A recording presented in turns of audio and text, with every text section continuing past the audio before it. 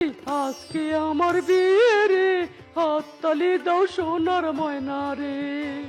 ইরি ভাই রে, বিয়ের খুশিতে গলা দিয়ে গান বের হচ্ছে, আবার দেই দেই করে নাচছিস। ওরে হারামজাদা, একটা বার তুই বিয়েটা কর, তারপর বুঝতে পারবি মজা। বউ মানে কত প্যারা। এখন তো নাচছিস, তখন বউয়ের যন্ত্রণাতে পাগল হয়ে যাবি আর ঘুরবি। এই যে দাদা, আরেকজনের নাচানাচি দেখে বড্ড হাঁপিয়ে গেছেন। নিন নিন, এবার এক কাপ চা খেয়ে একটু স্বস্তি ফিল করুন। বানরের হাতের চা মানে স্পেশাল। ইরি মাইরি, তুই আবার কোন ঘাটের মরা রে? আমি আমার লাইফের বাস্তব অভিজ্ঞতা প্রকাশ করছি, আর তুই কিনা মাঝখানে এসে চা চালিয়ে দিচ্ছিস। আচ্ছা, এত করে যে চা খেতে বলছিস, তুই কি আমাকে ফ্রিতে চা খাওয়াবি নাকি বলতো? মরণ, সেটা আবার কেমন কথা? আমি কি চায়ের সার্ভিসিং সেন্টার খুলে বসেছি নাকি?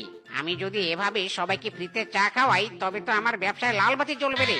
আরে হ্যাঁ, সব তো বুঝলাম, বাট কিন্তু ফ্রিতে যদি চাই না খাওয়াস, তবে এত কথা বলছিস কেন রে শালা?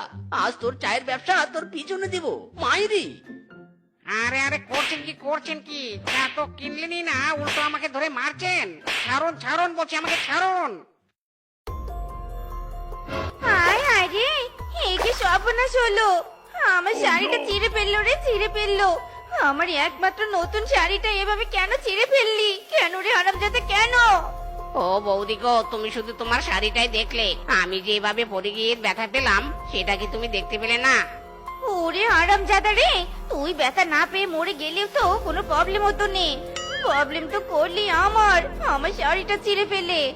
এবার আর তো রোকে রাখবো নে, শাড়ি ছেঁড়ার ফল এবার তুই আরে আরে টের পাবি।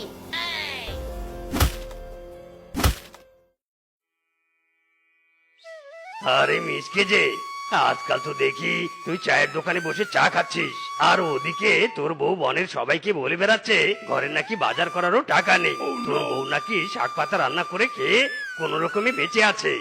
ইরি মাইরি, এই তো তুই একটা রং কথা বলে ফেললি কিংকং। কোন রকমে বেঁচে আছে মানে কি?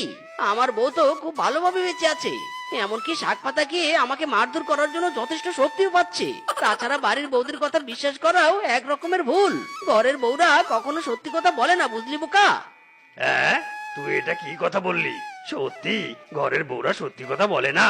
তবে তো আমি খুব বড় রকমের ধোঁকা খেয়েছি। আমি কিনা বউয়ের অভিনয় বুঝতে পারলাম না। হায় হায় রে। মাইরি, তোর মাথায় যে বুদ্ধির বড্ড অভাব। গরম চা মাথায় ঢেলে দিলে তোর বুদ্ধির গেটটা খুলবে রে, আর তুই তোর বউয়ের অভিনয়টা ধরতে পারবি। তাই নাকি? তবে আমি আমার মাথায় গরম চা ঢেলে দিব। ওরে বাবা রে, ওরে মারে, আমার মাথাটা গেল রে, জ্বলে গেল, আমার মাথাটা পুড়ে গেল রে। এই মিসকে,